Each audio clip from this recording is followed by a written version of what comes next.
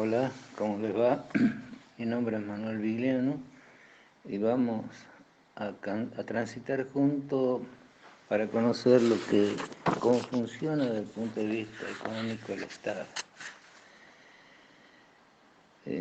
Toda constitución moderna, como sucede con el caso de la Constitución argentina, tienen un diseño de un sistema financiero. Toda constitución incluye expresa o implícitamente una constitución financiera del Estado. Desde una perspectiva estática, la constitución financiera regula la renta pública, o de acuerdo con la terminología del texto de la Constitución argentina, el artículo 4, los fondos del Tesoro del Estado. Paralelamente, desde una óptica dinámica, la Constitución financiera regula la actividad financiera pública, entendida esta como el conjunto de acciones financieras realizadas por el Estado con el fin de hacer efectivas las instituciones constitucionales. Esta definición de la actividad financiera pública consta de tres elementos: un sujeto, un núcleo y una finalidad. En primer lugar, hay que considerar el sujeto actuante. ¿Quién es el sujeto actuante? Es el Estado, que es el actor protagónico de la actividad. La Constitución financiera regula entonces una actividad desarrollada por el aparato estatal, que es a su vez diseñado por la propia Constitución como Estado representativo, republicano y federal, de acuerdo al artículo 1 de la Constitución Nacional. En segundo lugar, el núcleo material comprende un conjunto de acciones, agrupadas en dos subactividades: recaudatoria y erogatoria. La subactividad recaudatoria comprende todas las acciones del Estado dirigidas a la obtención de la renta pública, mientras que la erogatoria, todas las acciones del Estado dirigidas a su disposición. El aspecto estático de la Constitución financiera, que es la renta pública, es el punto de referencia que permite definir las actividades recaudatorias, o sea, todos los medios encaminados a obtenerla, y erogatorias. El tercer elemento es de carácter teleológico. Es la finalidad que le aporta a la actividad financiera un sentido constitucional, hacer efectivas las instituciones de la Constitución. El elemento teleológico es el sello singular que el sistema constitucional le imprime a la definición que se propone como actividad financiera del Estado. En un Estado de Derecho, la Constitución o la actividad financiera no se realiza por cualquier motivo, sino por razones y fines que surgen de la propia organización constitucional del Estado. Dicho de otra forma, las instituciones constitucionales implican de suyo un costo que debe ser financiado. Para desarrollar el contenido de esta finalidad es relevante tener en cuenta que el sistema constitucional se articula bajo cierta óptica de análisis a través de un doble andarivel: establecimiento de autoridades y fijación de fines, competencias y potestades. Por un lado, la Constitución establece las autoridades, poderes y órganos del Estado. Es una de las características notorias de un Estado de Derecho la completa configuración jurídica de todas las autoridades públicas. No hay un Estado fuera del Estado de Derecho. Las autoridades estatales son órganos jurídicos, mientras que sus decisiones políticas son la puesta en práctica de un sistema de potestades y competencias que dan lugar a actividades también estructuradas en términos jurídicos. Una de las funciones centrales de la Constitución consiste en establecer el ordenamiento de poderes y órganos del Estado que configura el plano institucional del Estado de Derecho.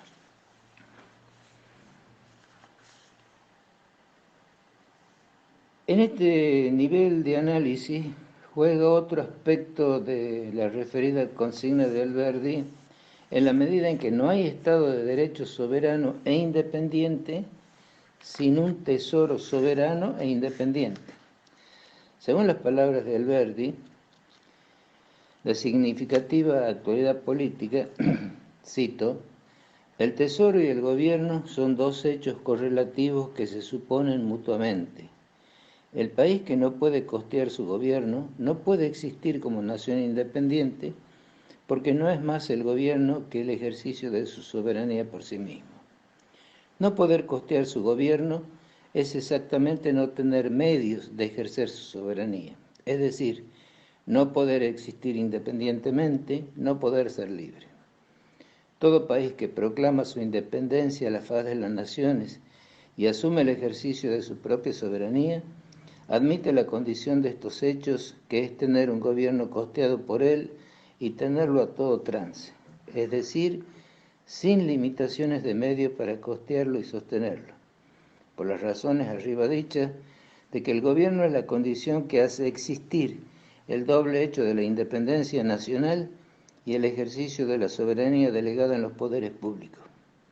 Desconocer este deber es hollar el juramento de ser independientes y libres, es abdicar la libertad y entregar el gobierno del país al extranjero o a cualquiera que tenga dinero para costearlo.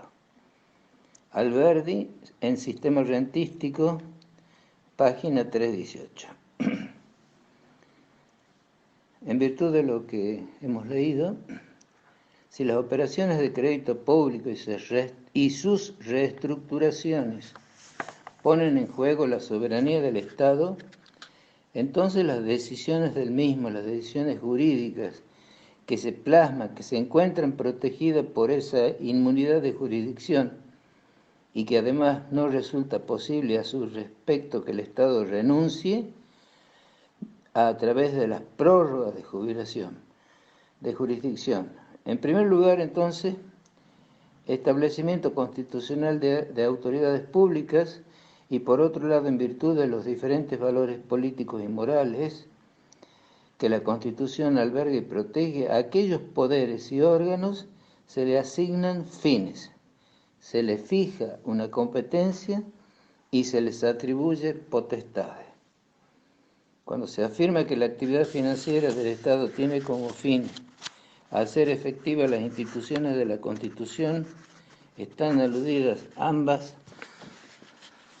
Se trata, en realidad, del ordenamiento institucional del Estado de Derecho y que paralelamente los derechos, los poderes y los órganos públicos pueden ejercer las potestades que el ordenamiento jurídico les otorga.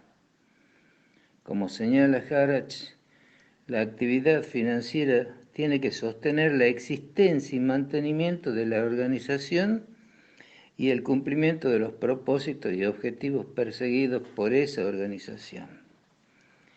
Otra vez resulta pertinente citar a Alberdi, quien destacó con claridad la vinculación que se presenta no solo entre la existencia de un Estado soberano y la existencia de un tesoro, sino entre este y los fines de la Constitución. Decía Alberdi, el gasto público de la Confederación Argentina, según su Constitución, se compone de todo lo que cuesta constituir la Unión Nacional, afianzar la justicia, consolidar la paz interior, proveer a la defensa común, promover el bienestar general y asegurar los beneficios de la libertad.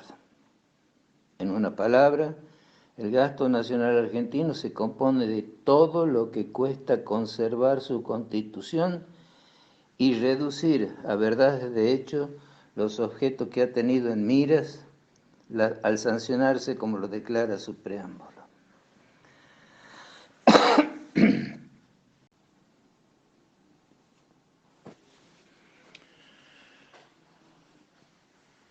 La finalidad que se persigue con el análisis de la base jurídica del proceso presupuestario es sistematizar los aspectos centrales de la misma.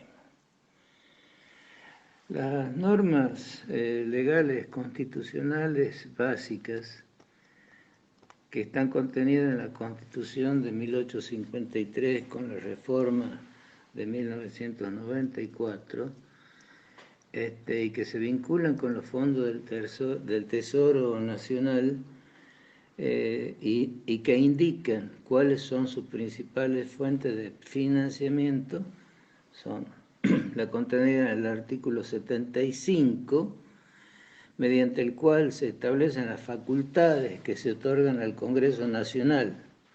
Tales facultades son varias y significativas, pero las expresamente referidas al presupuesto público son las siguientes. En materia de recursos, legislar en materia aduanera y establecer los derechos de importación y exportación, en el inciso 1. El inciso 2, imponer contribuciones directas como facultad concurrente con las provincias. En el inciso 2, imponer contribuciones directas por tiempo determinado bajo determinadas circunstancias. Instituir regímenes de coparticipación con las provincias. En el inciso 3, establecer y modificar asignaciones específicas de recursos coparticipables por tiempo determinado. Inciso 4, contraer empréstito o contratar empréstito. En materia de transferencia de competencia, estas no se pueden realizar si no existe la respectiva asignación de recursos.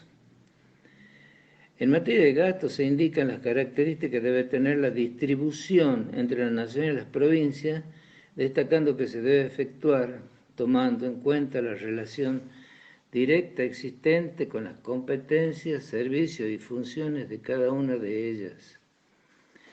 Inciso 2. Arreglar el pago de la deuda interna y externa de la nación. En el inciso 7.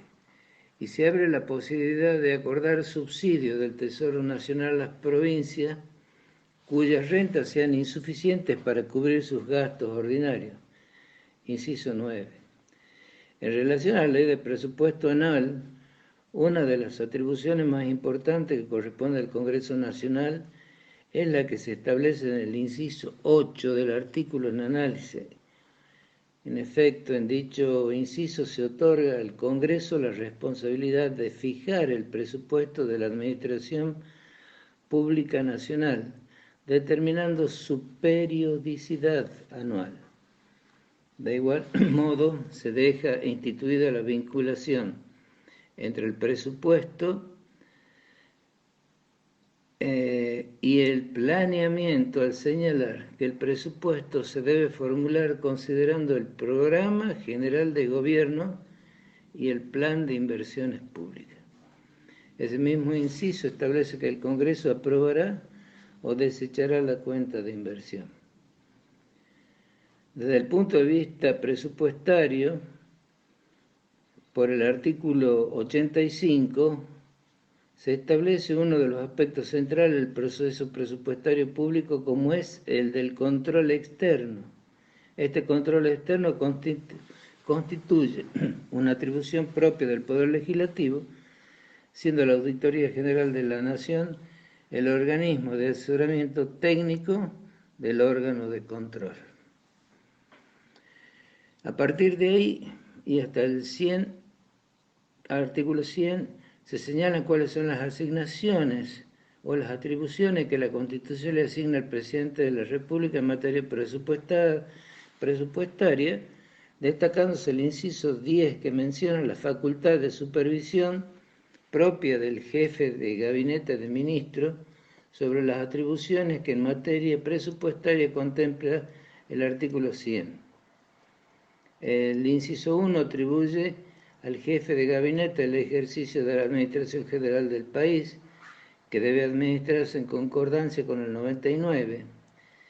En lo específicamente referido a la administración presupuestaria, el jefe de gabinete de ministro, además del manejo de los negocios además del manejo de los negocios de la nación, que en forma general se le asigna, tiene la misión de remitir al Congreso el proyecto de ley de presupuesto nacional previo tratamiento en acuerdo del gabinete y aprobación del Poder Ejecutivo.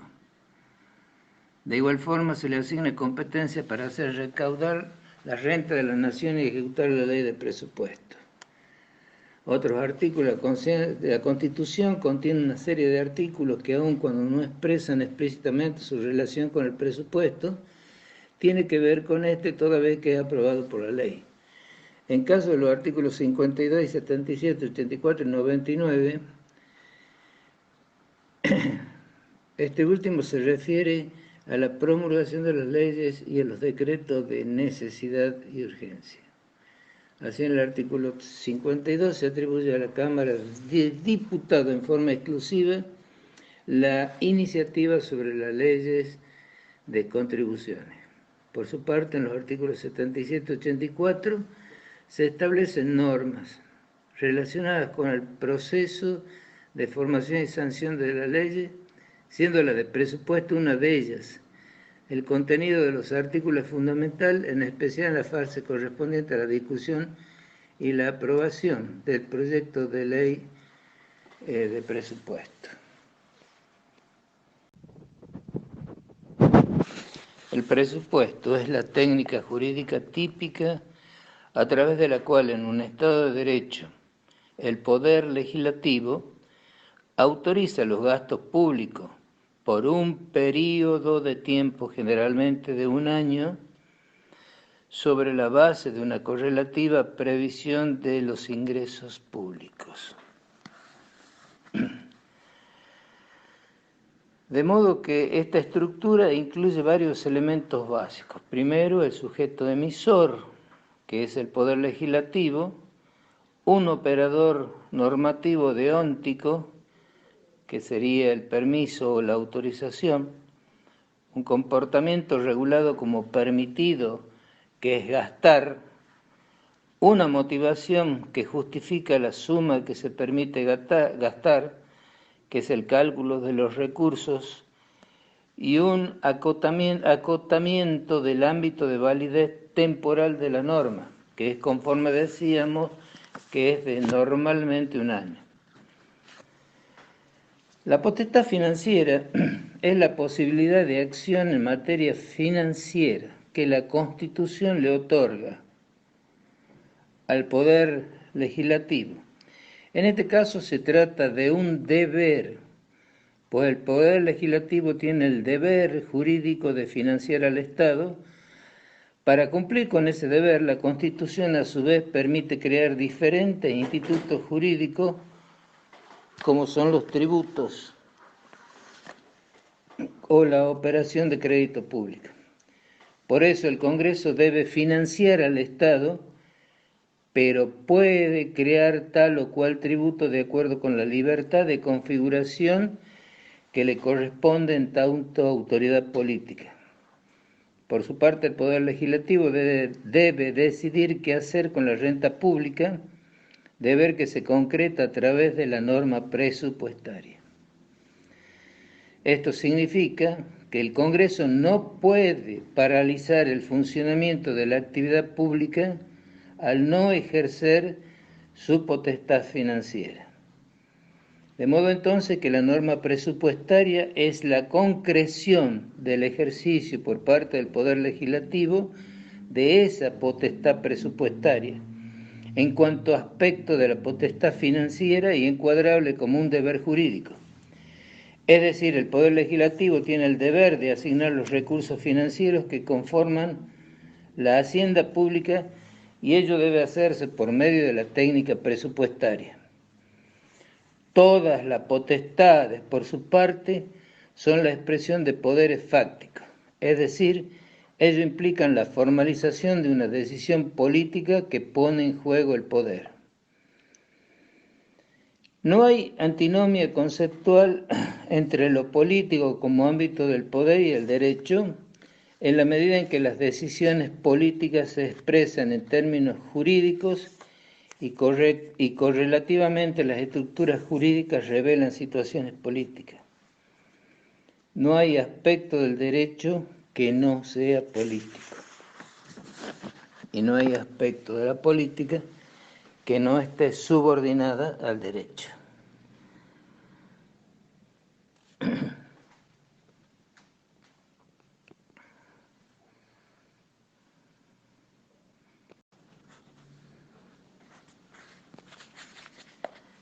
En términos estructurales, la técnica presupuestaria tiene una doble significación política en la organización institucional del Estado de Derecho, tal y como lo establece la Constitución.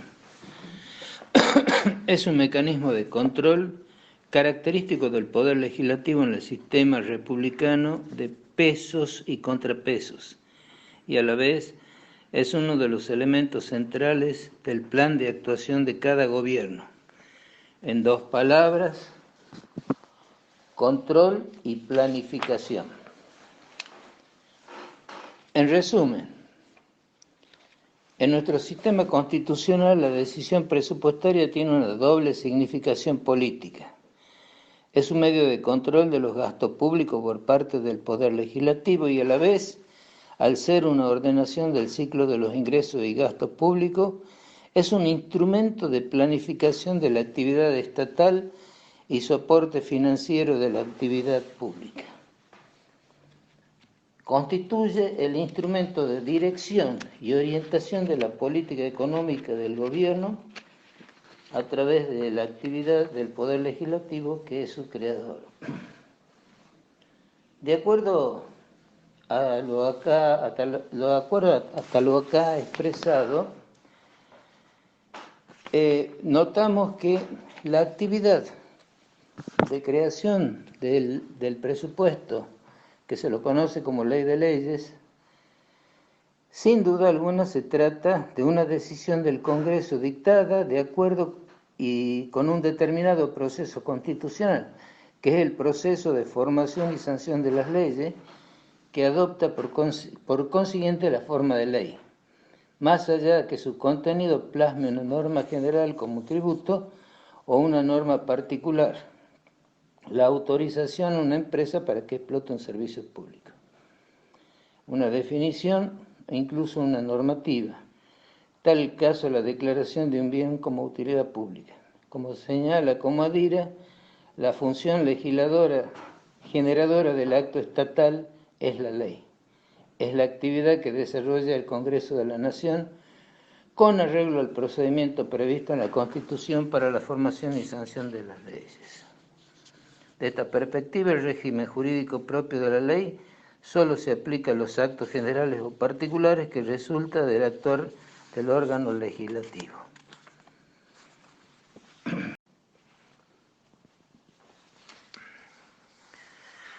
La Constitución Nacional no solo da precisas pautas acerca de cómo conceptualizar el presupuesto, sino también para comprender su importancia para un Estado.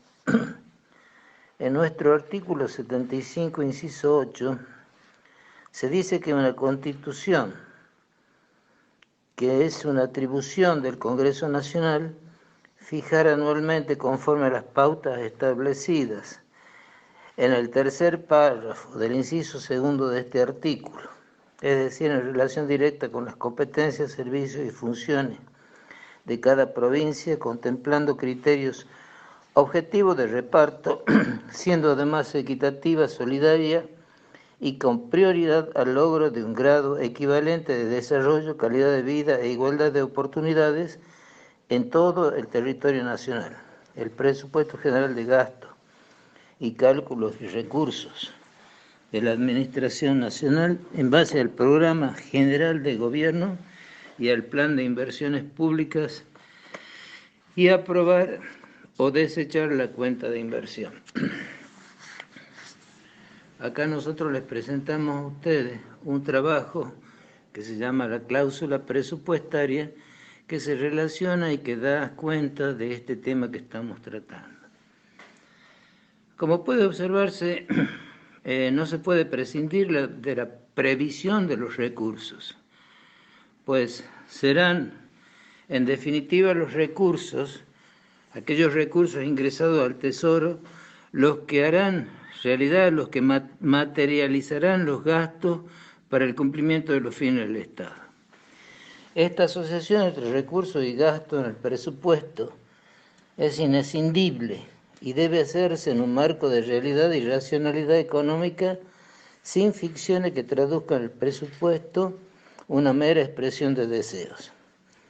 Pero el presupuesto trasciende su aspecto formal como ley de leyes y tiene implicancia en el orden económico, político y social de los ciudadanos de un Estado. De ahí su necesidad de importancia como programa general de gobierno que en cualquier análisis y estudio no puede evitarse. Por otra parte, se asigna al presupuesto una relevante trascendencia política porque todas las actividades del Estado están, en cierta medida, subordinadas a la existencia de los recursos de los cuales puede disponerse. Pero además, debe asignarse especial significado político al presupuesto porque a través de su análisis es posible apreciar cuáles han sido las decisiones o elecciones realizadas por el Estado con respecto a determinadas necesidades privadas o colectivas que aparecen elevadas al rango de necesidades públicas. Bueno, en base a lo que venimos diciendo, recalcamos, terminamos, concluimos que el presupuesto es una ley formal, pero también, sin lugar a dudas, un instrumento de programación económica y social de gobierno y administración. En tal sentido, una vez puesto en práctica el presupuesto, ejecutándose el presupuesto, sin duda alguna se une de alguna forma con la economía o se inserta en la economía general de mercado. Bueno, hasta acá una visión general de lo que es el presupuesto. Están señaladas, hemos dado cuál es la bibliografía básica, cuáles son algunas las bibliografías específicas, y hemos puesto algún documento de gran importancia. Por último, quiero señalar lo siguiente: no debemos olvidar que, de acuerdo a la Constitución Nacional, tenemos en nuestro Estado se ha estructurado su organización política de modo federal, tenemos 3 órdenes de gobierno: el nacional, el provincial y el municipal. De modo que todo lo que se predica para el Estado, todo lo que hemos dicho, y que directamente relacionado al Estado nacional, también se puede predicar del Estado provincial y municipal. Y ahí, cuando hablamos de los recursos y la distribución de los mismos, más adelante vamos a ver cómo, y de acuerdo al tipo de tributo de que se trate, cuando llegamos y se hace necesaria la coparticipación federal, que también está legislada por la Constitución Nacional, o sea que tiene rango constitucional, vamos a ver cómo se produce una nueva distribución a través del mismo presupuesto. Bueno, pero queda por señalar lo siguiente. Tenemos como normas básicas para entender este tema, que es el presupuesto, la Constitución Nacional, las constituciones provinciales, y después existe una ley que es la ley permanente de presupuesto, tanto nacional como provincial. A través de la Ley Nacional de Presupuesto, lo que se hace de la ley permanente, se dan las pautas básicas para la creación del presupuesto, y después leyes que deben permanentemente estar siendo consultadas y que van a la par del presupuesto, son la ley de administración financiera, la ley de obras públicas, la ley de disciplina fiscal, en fin, hay todo un sistema normativo que ustedes van a tener que que estudiar ahora. De todo esto quiero que ustedes participen de lo siguiente y vean, cuando se analiza el tema de los principios del derecho presupuestario, vamos a buscar la ley de administración financiera de la provincia y vamos a ver dónde lo ubicamos, en qué normas existen, de qué modo están, cómo están contempladas, qué es lo que establece. Vamos a ver qué pasa cuando no se presenta en términos el presupuesto nacional o provincial y se ha vencido el tiempo para ello. Eso también deben buscarlo, tómenlo como algún caso práctico de estudio. ¿Qué es lo que pasa cuando se utiliza como método de pago alguno que no está contemplado en la ley, que no corresponda de acuerdo al decreto reglamentario, si es que se puede utilizar alguno más expedito y en qué casos? Por ejemplo, se tiene que usar el sistema de la licitación pública y se hace por compra directa, ¿sí? Bueno, y por último quiero que analicen detenidamente en qué caso corresponde el compromiso, qué significa, qué es, cuál es su naturaleza jurídica. Muy bien, creo que hemos dado un pantallazo general de esta unidad. Muchas gracias.